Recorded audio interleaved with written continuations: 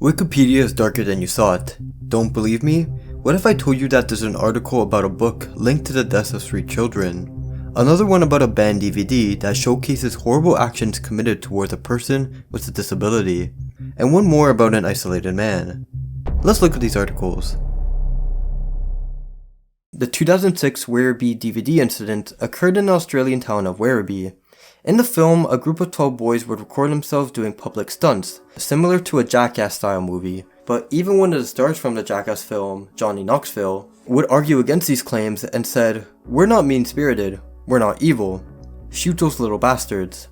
In this case, these teenagers would commit crimes, which included the sexual assault of a teenage girl. Some other actions included making chlorine bombs, harassing a homeless man, throwing eggs at taxi drivers, and participating in fights at local parties.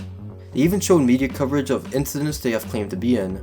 Finding clear footage of this DVD was nearly impossible since it's pretty much considered lost media now. And to be honest, I don't mind it being lost. It's lost for a good reason. All I could find were small clips and screenshots from the movie, but at one point it was supposedly available on YouTube with the video title being Pimp My Wife, which was viewed over 2,500 times before being removed.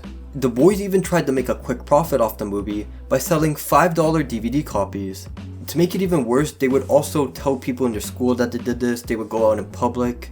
At one point, they were driving around town, shouting out the window and basically advertising it.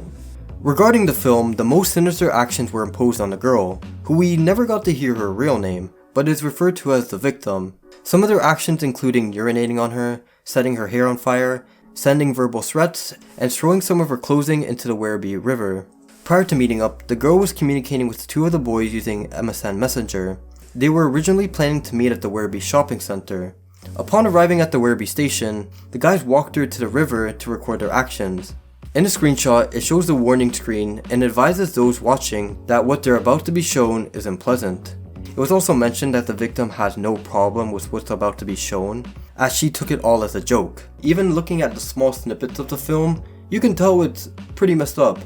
The boys seem to be very happy with their actions and show absolutely no remorse, even showcasing their real names on the credits, which just made it that much easier for the police to get their identities. Upon police investigation, it didn't take them that long for them to find the offenders. The parents of the 3 of the boys approached the authorities and asked that their sons be formally questioned as part of their investigation. The police did so and actually captured them at one of their friends' house. On March 7, 2007, 8 youths were charged with assault, manufacturing child, and obtaining sexual penetration by intimidation. 8 of them pleaded guilty and were required to take part in a sexual offender and rehab program for male adolescents about positive sexuality. 6 of them were placed on youth supervision for 12 to 8 months, while the remaining 4 denied the charges. This obviously caused outrage as, to be honest, they didn't get anything. They didn't get jail time. They should have got a way worse punishment. But, only a couple, maybe just a couple months in the rehab program. They'll be fine, don't worry guys. They pretty much got the easy way out since they were minors. The average age was 15 to 17, so...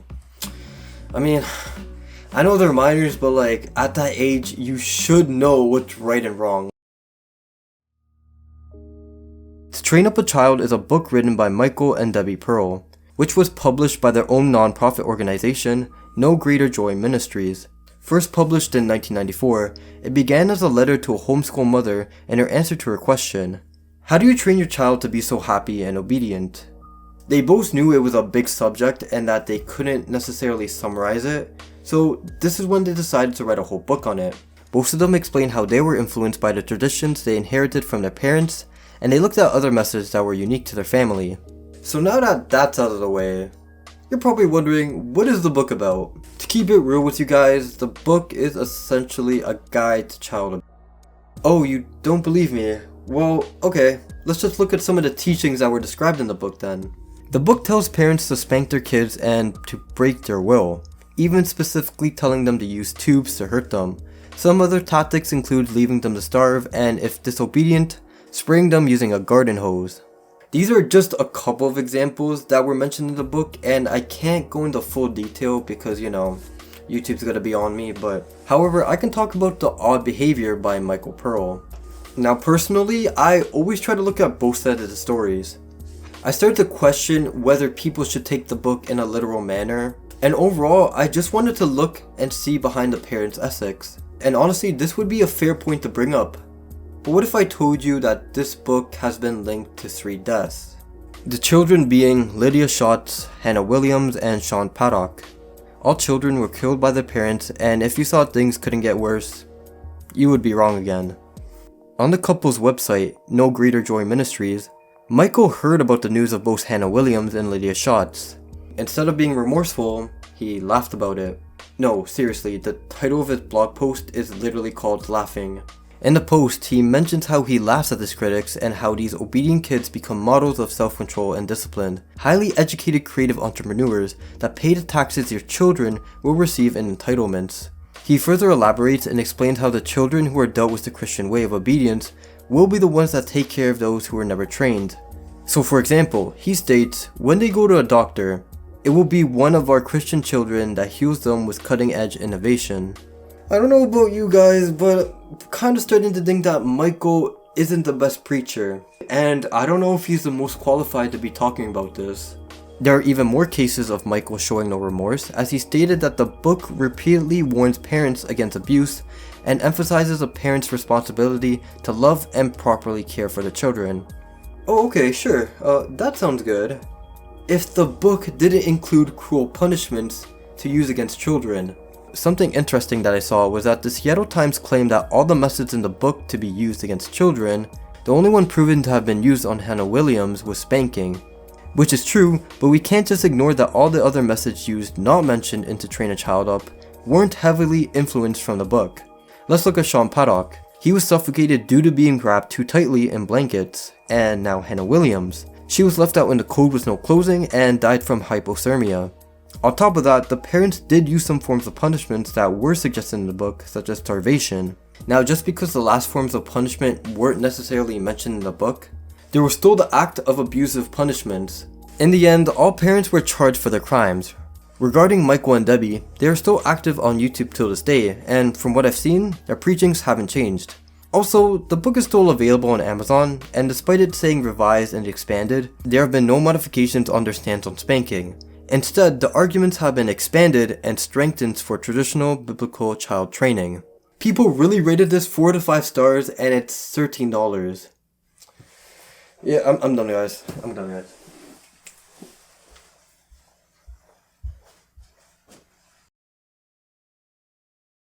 The Man of the Hole, or the Tanur Indian, was an indigenous person who isolated himself from society and lived in the Amazon rainforest.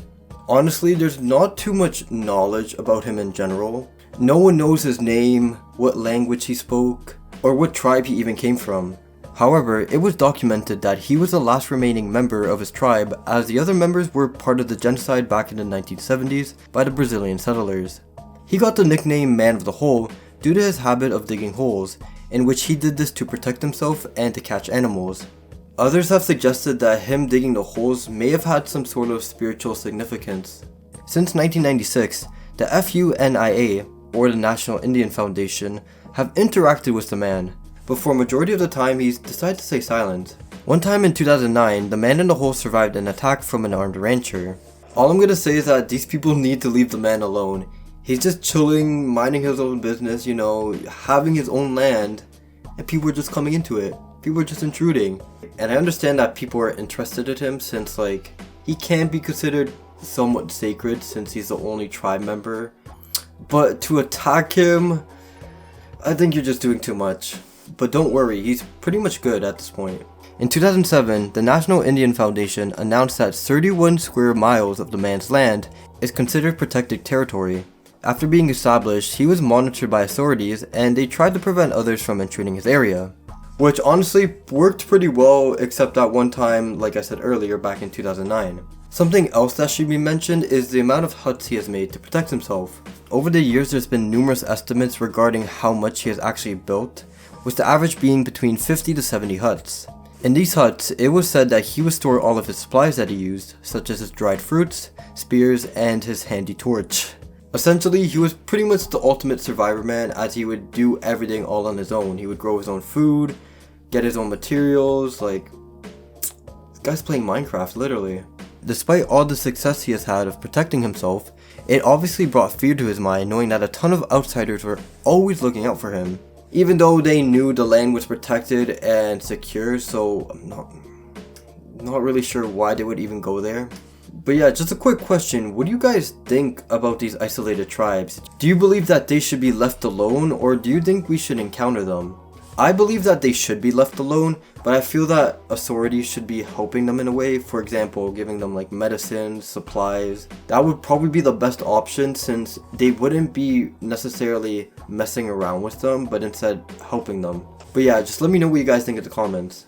In 2018, the National Indian Foundation released a video of him in order to raise global awareness of the threats to the uncontacted peoples in Brazil. This pretty much led other big news corporations to hop on the bandwagon and basically try to record him, get some footage for the news, because people are always interested, as I said before. And to be honest, this probably terrified him. I understand how they weren't necessarily a threat to him, as they weren't hurting him. When the newscasts were recording him, he probably thought the cameras were like some next civilized weapon or something. I don't even know. But yeah, he was probably scared out of his mind, since this was really nothing he's ever dealt with before. Despite the media coverage, there weren't that many cases involving intruders coming into his area.